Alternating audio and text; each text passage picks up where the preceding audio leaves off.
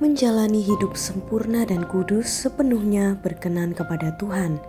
Itu tidak mudah, bisa saja kita jatuh dosa dalam pikiran dan perkataan, meskipun tidak dalam perbuatan. Kesalahan dalam menjalani hidup seperti penjahat yang di sebelah Tuhan. Bila di saat akhir ajalnya bertobat masih bisa diselamatkan. Tapi babak belur ketika di dunia dan mendapat tempat yang rendah di kerajaan sorga. 1 Yohanes 5 ayat 17 berkata, semua perbuatan yang salah adalah dosa, tetapi ada dosa yang tidak mengakibatkan orang kehilangan hidup sejati dan kekal itu.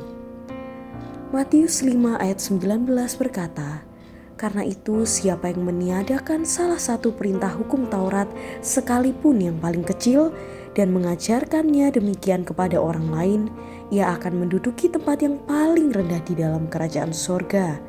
Tetapi siapa yang melakukan dan mengajarkan segala perintah-perintah hukum Taurat, ia akan menduduki tempat yang tinggi di dalam kerajaan sorga.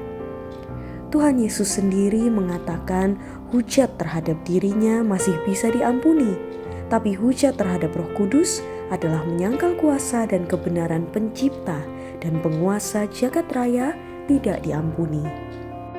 Markus 3 ayat 28 berkata, dengan tegas kunyatakan bahwa setiap dosa yang dilakukan manusia, bahkan hujat terhadap aku sekalipun dapat diampuni. Markus 3 ayat 29 berkata, tetapi apabila seorang menghujat Roh Kudus, ia tidak mendapat ampun selama-lamanya, melainkan bersalah karena berbuat dosa kekal. Tuhan Yesus adalah firman Allah yang adalah Allah itu sendiri, diutus untuk menjadi manusia, menebus dan meneladani jalan kebenaran hidup, untuk menyatukan kembali manusia yang berdosa dengan Allah pencipta.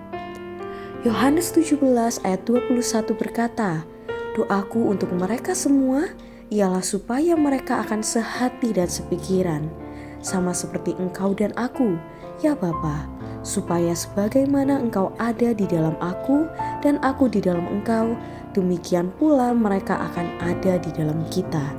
Sehingga dunia akan percaya bahwa engkaulah yang telah mengutus aku. Setelah kematian roh manusia akan kembali ke Allah pencipta. Manusia punya kehendak bebas. Bila menyangkal Allah pencipta, tentu ke tempat yang tidak berkenan bersama iblis. Tetap semangat. Menyatu dengan Allah pencipta adalah tujuan hidup yang harus ditumbuhkan mulai dari kehidupan di dunia ini.